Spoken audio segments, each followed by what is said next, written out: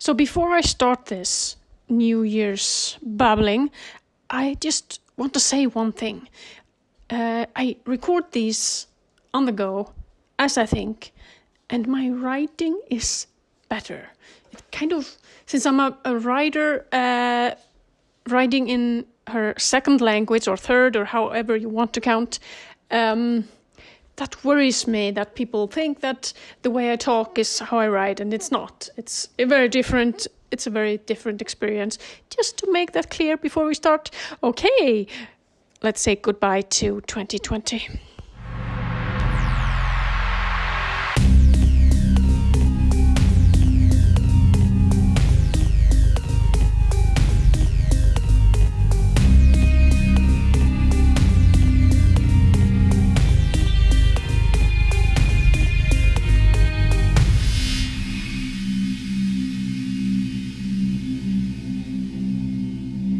So it's the 1st of January 2021. We're officially in the future. Well, at least if you're born in 1973. And I'm thinking about 2020. Yeah, shit show, I know. The one thing I truly learned in 2020 was that I really, really, really love the feeling of new socks. This officially means I'm ancient, I know. But there's something about putting on new socks. And so I have these new socks on today. They say ho ho ho, they're Christmas Another socks. thing, I'm a little bit obsessed with lists of movies I've seen through the year, a list of books I've read, a list of video games I've played, list of video games I've played and not finished, list of video games I've played and finished, list of games I've enjoyed. There's a lot of listing, and new music I've found. Spotify is pretty good with that, and Goodreads, you can keep a list there. I don't particularly like Goodreads anymore. One of the biggest pet peeves I have about it is that the app repeatedly shows me it has some kind of notification which I can't get rid of. And if there's anything I hate, it's notifications in apps that seem to come from nowhere and I can't get rid of them. I hate that. So I made a kind of a thing last year trying to find good apps for lists like this, and there are list apps, but I didn't like any of them. So I'm thinking of maybe doing a actual just write this stuff down in a book. I've bought some notebooks. And I love my phone and I love keeping these things online, but it's not like anyone else cares. So I might as well just make a book of it. So I'm organizing that at the moment and thinking of the books I read this year. I didn't read a lot, and I blame Twitch and video games mainly. They took up a lot of my spare time, and my dog is whining. Sorry, she just wants to play. Well, and the books that stick out without me actually going to look for them is Stephen Gray and Jones's All the Good Indians. I think that's what it was called. I'm pretty sure. That really left me in awe. And Matt Wildasin's Demon in the Glass really took me by surprise. I really loved the imagery in that. That was a novella. And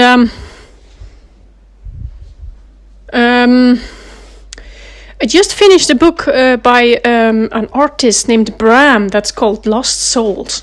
And it's situated in hell and kind of reminded me of Wayne Barlowe's hell epic. I read that too. The book too of Wayne Barlowe's epic came out this year too, and I like hell stories. And Barlowe's is better, but I really enjoyed Lost Souls as well. At the top of my head, and The Midnight Library by Matt Haig. That was one of these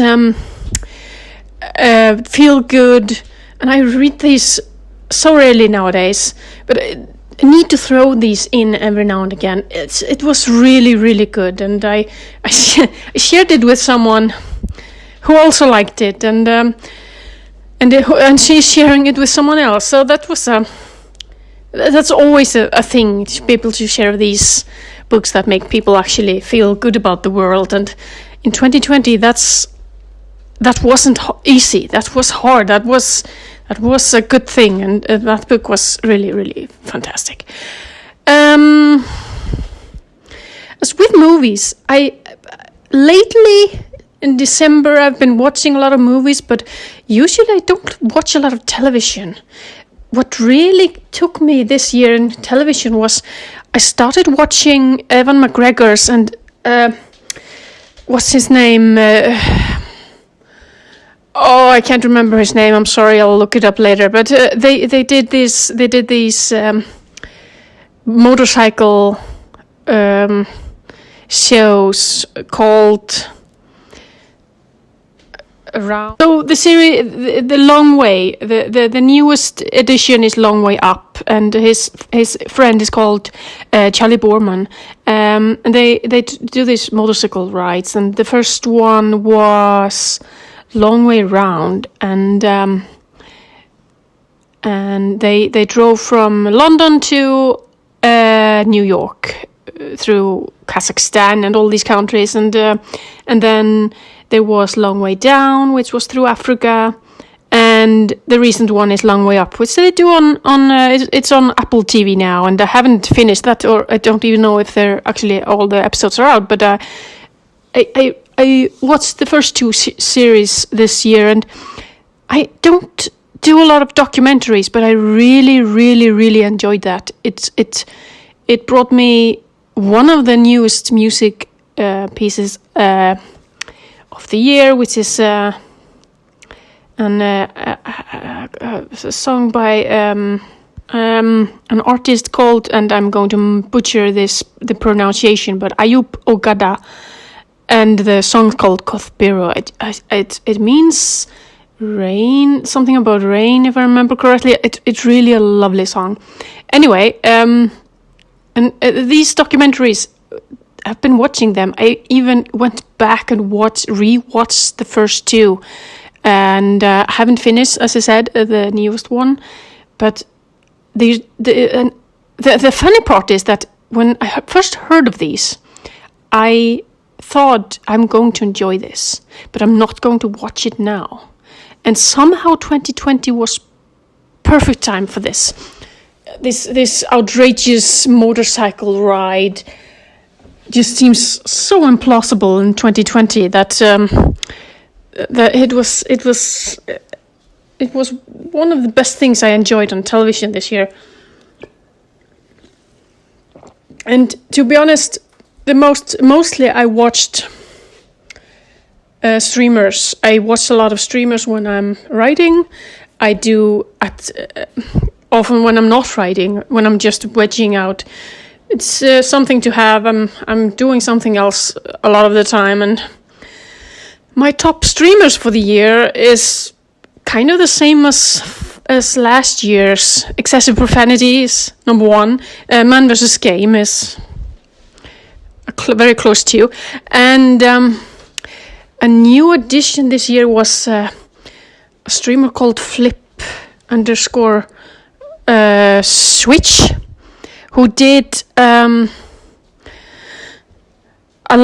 good playthrough of Animal Crossing, and Animal Crossing was one of these things that seemed to hit just in a perfect time when the pandemic started. And I even went so far as I bought a new Nintendo console so that my kid and I could have two separate islands. I didn't actually buy the console for that game. She lives with me 1 week and with her father the next, and I wanted her to be able to take the console with her without having to worry that I would. She does that. She worries, and I didn't want her to leave the console just because she thought I would want to play something. So I bought a copy of a new Nintendo Switch, and absolutely loved that game. We played the hell out of it. I don't even want to see how many hours I have in that. Definitely, Animal Crossing was definitely number one. There's nothing that comes close. There were a lot of other games. I played 2 games on stream. One was didn't stream a lot this year, which is strange because the pandemic seems like a perfect time to do that. But it was just too streamful, and I wanted to focus on my writing, and I did that. I wrote a lot this year. Hopefully you'll see some of it in the near future. Anyway, I played Call of Cthulhu and The Sinking City. And these are 2 cosmic horror games, and they're kind of 2 different versions of a concept that's the same concept, basically, or not the same concept. That's making it, that's cheapening it. But I really would like to see that those 2 combined in one, because I really enjoyed both those games. The Sinking City was perfectly atmosphered, and the open world city was just delightful, and well, in a cosmic horror kind of way. So many things that to see and look at, and one of the best characters in video games I've enjoyed was from that game, the librarian who has her she has her mouth sewn shut, and even when you help her solve her problem, which I did, she still keeps her mouth shut, sewn shut for reasons. I love that character, and the game was generally very satisfying, except the ending, which is disappointing. I did not like the ending, and I went through all the endings available, and none of them worked for me. I get why they did what they did, but I didn't like them particularly. Call of Cthulhu, on the other hand, had one of these, you're a walking simulator. You go through things and you're solving puzzles, and I really enjoyed that too. And I got the visual, the ending with the visual of the bad ending. I guess that's I guess that's the right way to put it. But I got the Cthulhu visual and the ending, and I that was just spectacular. I love that. I love that image, and the fact that you only get to see him in that snippet. This enormous creature. It satisfied. It was very satisfying. I love that. Then there's been a lot of games that I've started and not finished, and I have a lot of games that I want to play. I'm in the process of playing. I just started Cyberpunk, which I got for Christmas, and I love that. I do. I like it. It has its bugs, and I'm really bad at shooting games, but I like it. It's fun, and I like the atmosphere, the Blade Runner feeling of it. And I am also in the process of playing Assassin's Creed Valhalla, which I played some of the Assassin's Creed games before, but only the first one to finish. The others I've dabbled in, and they're unfinished on my on my PlayStation. I'll return to Valhalla definitely. I like the character. I am a bit annoyed by these things you can buy, and that goes for a lot of games from this developer. But the game is fun, and I'm I want to see where it goes, where it leads. And what else? Last night, my kid was here she's with her dad this week, but she was here for a little while yesterday, and we watched Soul on Disney Plus. And I really, it was one of the, like the Long Way Round documentaries. This seemed like the perfect moment to watch that film was on New Year's Eve with my kid. Really enjoyable and cute and fussy and reminds you that life isn't just about goals and doing and succeeding in these things that you really love to do. Like his thing was music, and my thing is obviously writing. And but enjoy the little things you get, and we're constantly being reminded of that today. So all these mindfulness things you get bombarded with, and apps you should download and all that. But sorry, my voice is a little strange today. And but it was very. I recommend it. I'm sure you can drag it down because there's a lot of it is drawn with this kind of cutesy Picasso. If these two things go together, very, very inspirational how they do that. But kind of animated in a way that felt a little cheap, though cute and good at the same time. And I because the when the characters are then down on Earth, it's spectacularly drawn, and I really loved the feeling of that. And I would have liked to see that part being a little longer, the cat and the and the man going through life, but it was what it was, and it's a really feel good, one of these feel good, and I recommend it. Save it for time when you need a little mindfulness. It's good for that. One of the things that kind of gets me through the days are podcasts. I always start my day by going out to the forest with my dog, walk the dog, and it takes me about an hour, and we walk for a while. It's a good thing, and more often than not, I have podcasts in my ear. And this year, we sadly saw the ending of the horror show with Brian Keane, which really truly made me sad. But we do have an up and coming from most of the hosts from that, which is the Ghostwriter podcast, which is just delightful, and it doesn't have Brian King, but they're really good,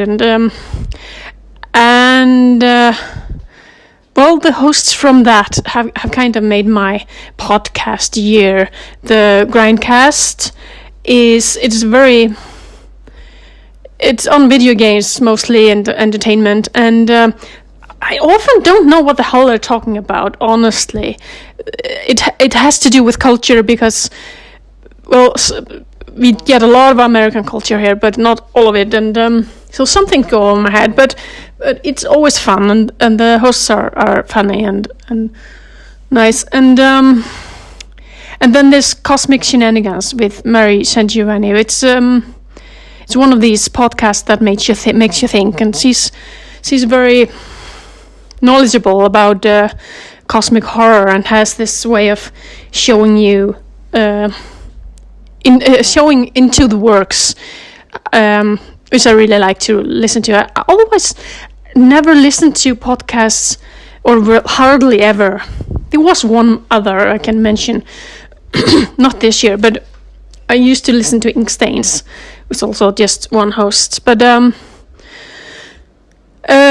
those were the pod. There have been others. I'm trying to remember the name of the British one with the big British horror podcast. It has a horror in the title, but I can't remember. I listen to that from time to time, not religiously. It's called the Horror Podcast. Is that it? I'll make a list in the notes if I ever make this on YouTube. And that's the podcast I listen to. I try not to have too many podcasts because they kind of infringe on my audiobook. Listening to audiobooks is also something I do when I'm walking the dog, and the more podcasts I listen to, the less book I read or listen to.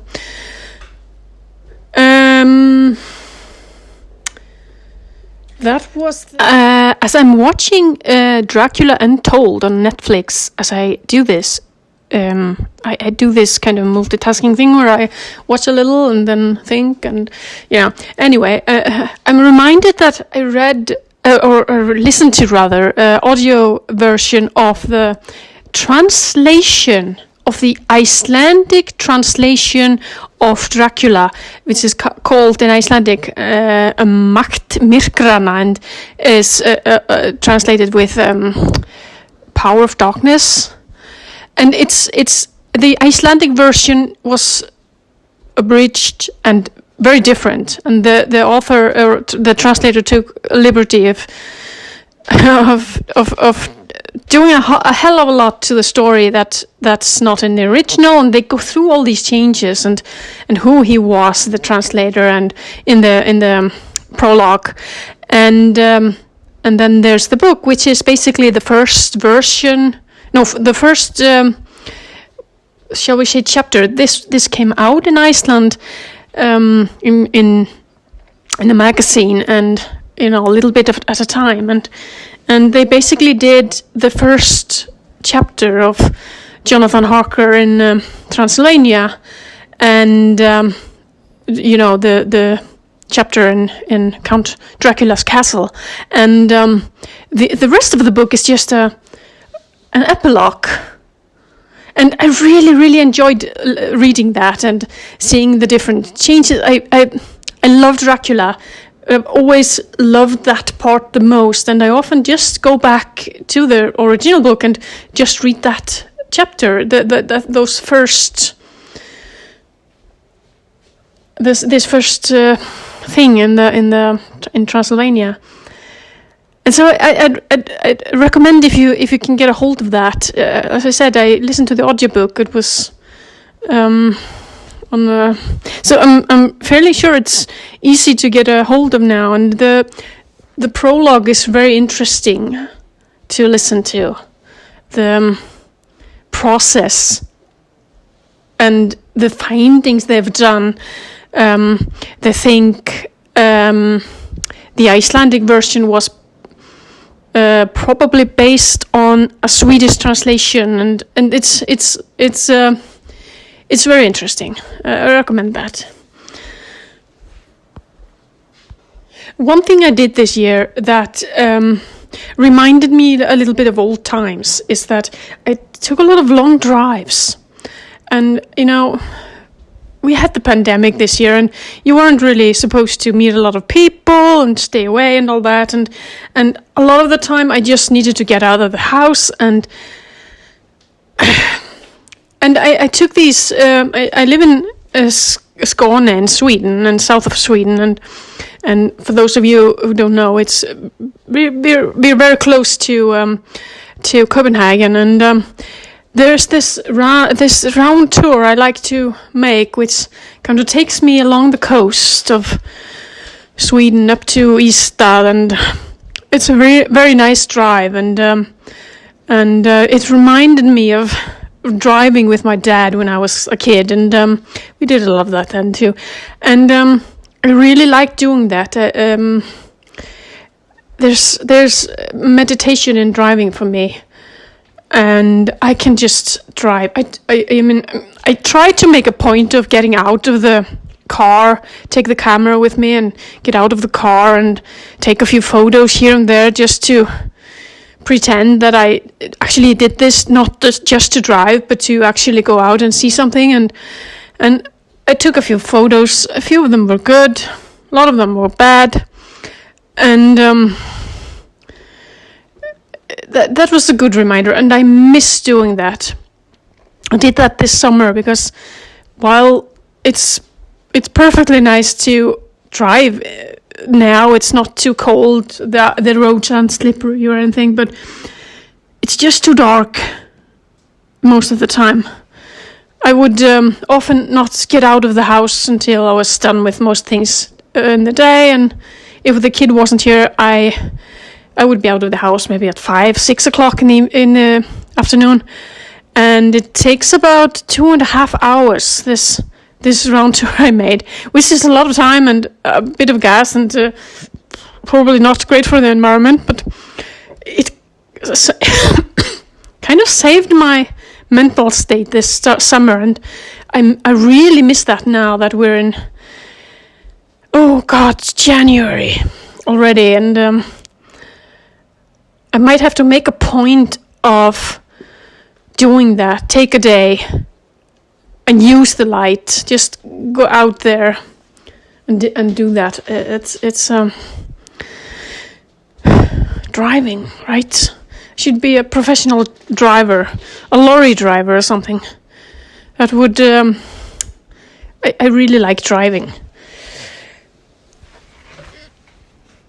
I guess I can't make one of these without mentioning the things I missed this year that I really hope we get to see in this year. It's I was going to attend StokerCon in the UK this year, and that hasn't happened yet, and I'm hoping that it will still become something. They're calling it something else now because it's not really StokerCon is happening in the US this year, but they're calling it ChillCon or something, I'm not sure.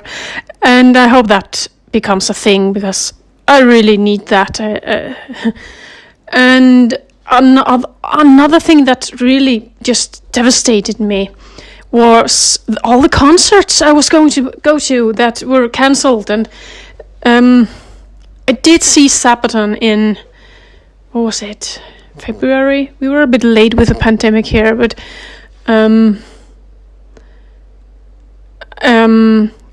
I saw them early in the year, and it was the best concert that I have ever been to. And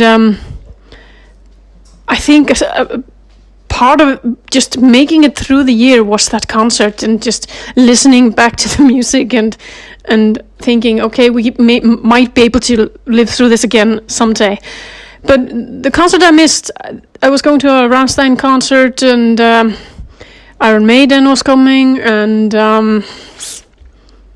there was going to be another Sabaton concert in February, but that's been postponed. That wasn't last year.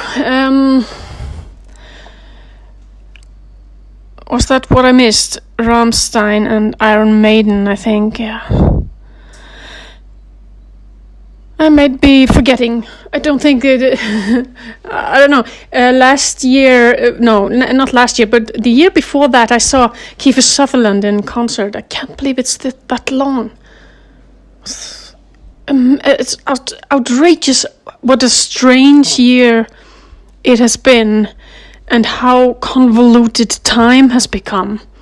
Because in some ways it feels like yesterday that I was at this Sabaton concert, and at the same time it feels like forever ago, and that I've been cooped up in this house with nothing to do. But forever. But, conventions and concerts are my two biggest griefs of this year, and just hanging out with people. I'm an introvert, and I generally don't. I enjoy hanging out with people, but I also love just recuperating by myself. And this year has taught me that the isolation, it's devastating. And you don't want to you don't want to be too aggravated by the bombardment of people, because the lack of that is just not good at all. When it comes to music, Spotify is kind enough to let me know what I've been listening to. I mostly listen to Spotify. I do buy albums, but still becomes Spotify I play music from. My top 5 tracks are really a peculiar kind of old versus new. Curly Soup by Takita is number 1, most listened to. I'm pretty sure I left that on playing on repeat somewhere that I wasn't actually listening to it all of the time. The second is a Sabaton song from the new album, which is called The Attack of the Dead Men. I really, really love that song. The third one is a German band called Klang Karussell, and the track is called Shipwreck. I listened to a lot of that this summer, especially when I took 4 or 5 days and went to the cabin that friends of mine own, and I sat there writing, and I just listened to the song again and again, and it was sunny and wonderful. And then number 4 is a track I got from Excessive Profanity stream called Gladius. The artist is named Biknik. I'm pretty sure it's from a video game. Some Domina. I don't know at all. I just know I really, really love that song. It gets me going. And number 5 is an oldie, and I don't know how that got on there. And going over this can't be completely accurate, because Rammstein isn't on here at all. And I know for a fact that I listened to their Auslander especially, but I listened to the entire new album. I really, really, really loved the new album. And I'm pretty sure Auslander should be top 3, if not the first. So there's something a little fishy with that list.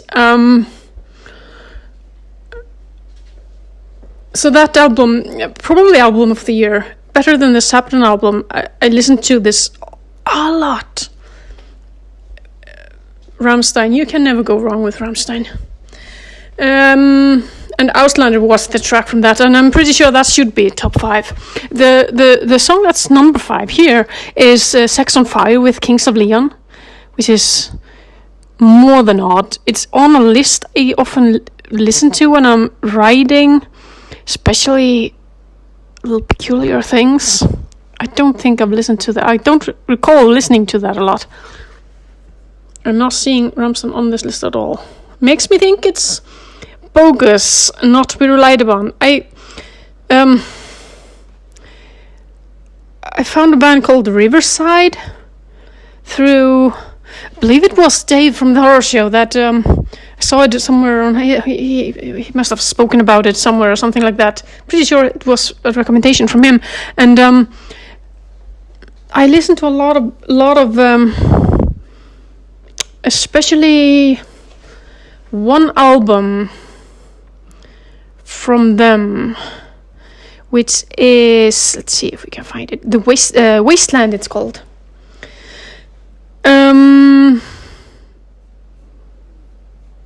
Yeah, but the Auslander, possibly my favorite track this year. I that's a good song. I that gets me going, gets my blood boiling.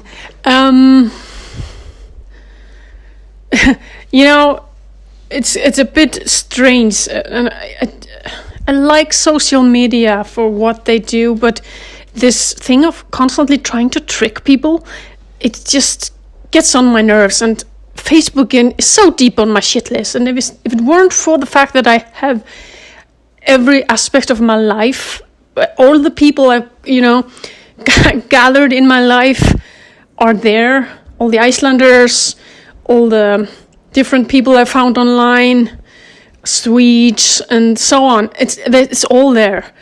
If it weren't for that, I'd be gone a long time ago. And now they're taking over Instagram. And the thing with Instagram over the New Year's is that you like to get your top 9. And they've done that. You can produce your top 9 via some app or some fixture they've made. Except you can choose your top 9, which is just bullshit. And so this just, why are people so stupid?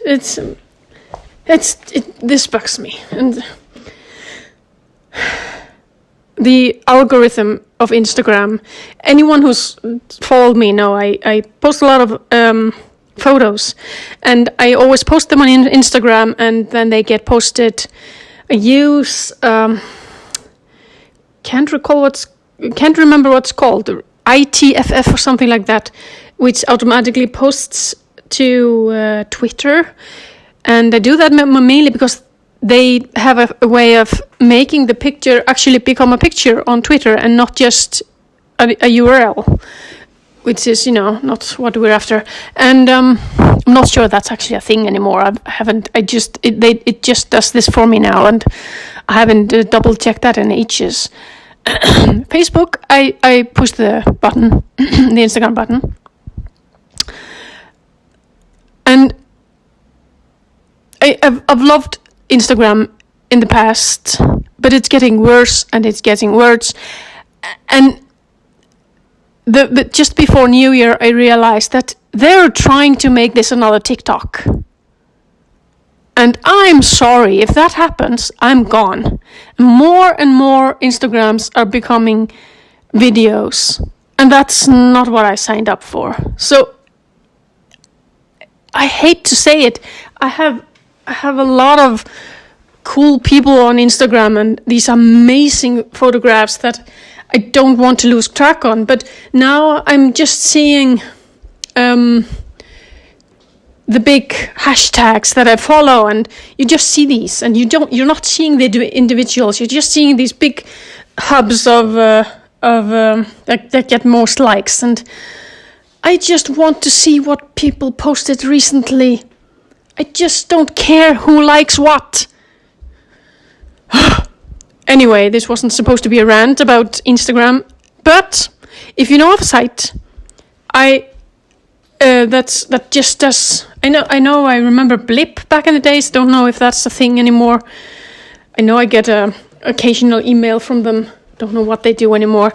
But I might have to look into other alternatives to Instagram, and I hate that. And I'm sure I won't abandon Instagram any more than I've abandoned Facebook. But what do you do? Now, there are quite a few things that I am looking forward to. Books. One is a Swedish book by Gunilla Jonsson and Mikael Pettersen called, I think this isn't the sequel. The first book is called Death is Only the Beginning. I read that a few years ago. And the new book that just came out is called The Living Dead, De Levande Döda. I'm looking forward to that. The Cult was a role-playing game back in the days, kind of based on, I guess, Lovecraft's ideas. Partially, you have this veil over the real world, and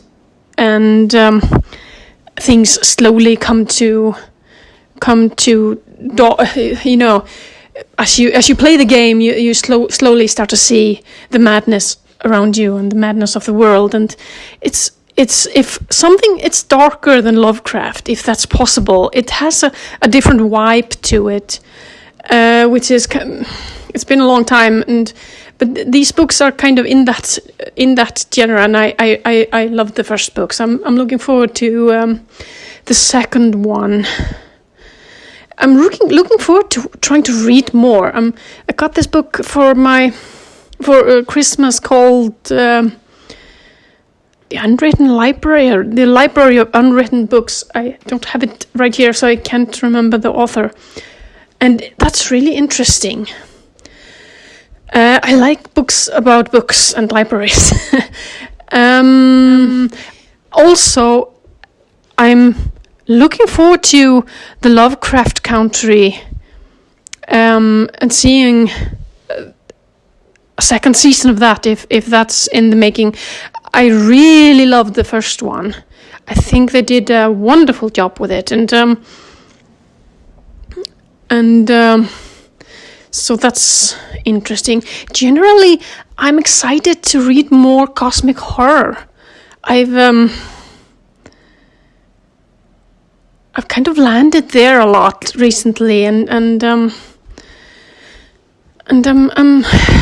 I'd like to make a list of cosmic horror that I should read, and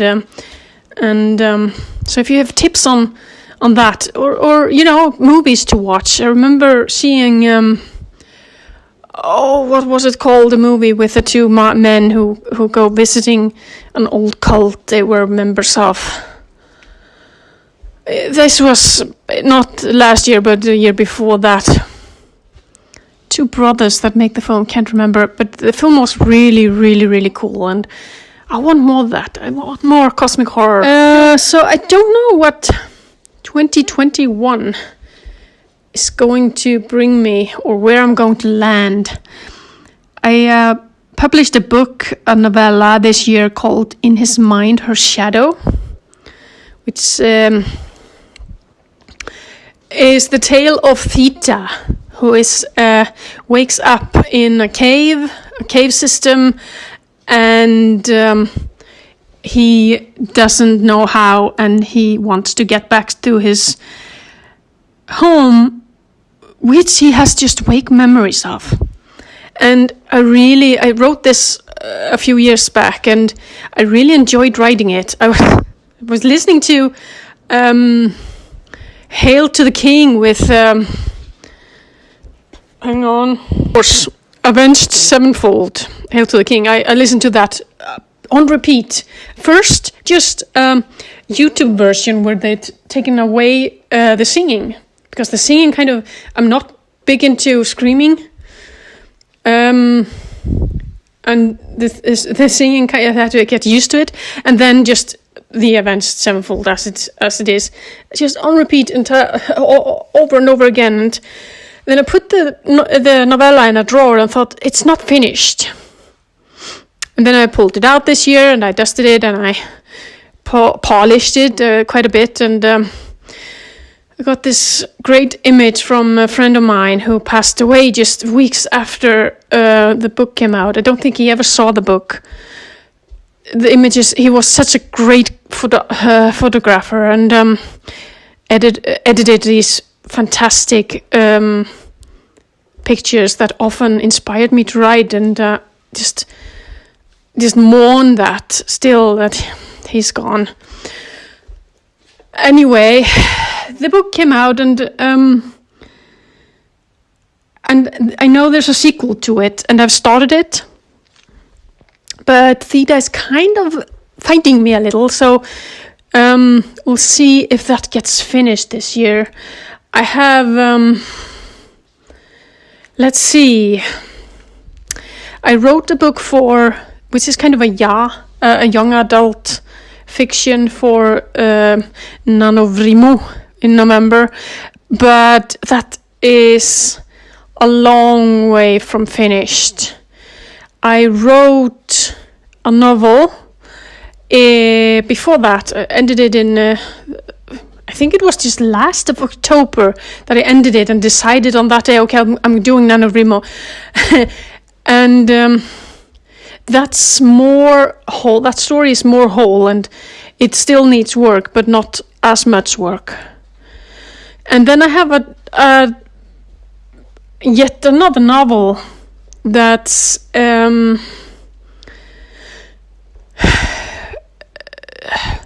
it's finished. I have a second draft finished, but I kind of decided that I needed to change the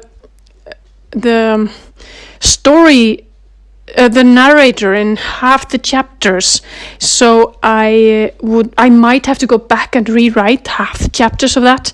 I'm not sure. This may be one of these decisions that I made hastily, and hadn't given it enough time to rest. Now it's rested a bit, so I might go back to that and see if that was a good choice or if it stands well as it is. That's horror crime. It's not. It's a horror story. It's kind of a pure horror story set in Iceland, but that's in the making. And then there's the short story collection I have. I wrote 12 stories in 12 days for a kind of a test project, and these are all connected to the star signs horoscope.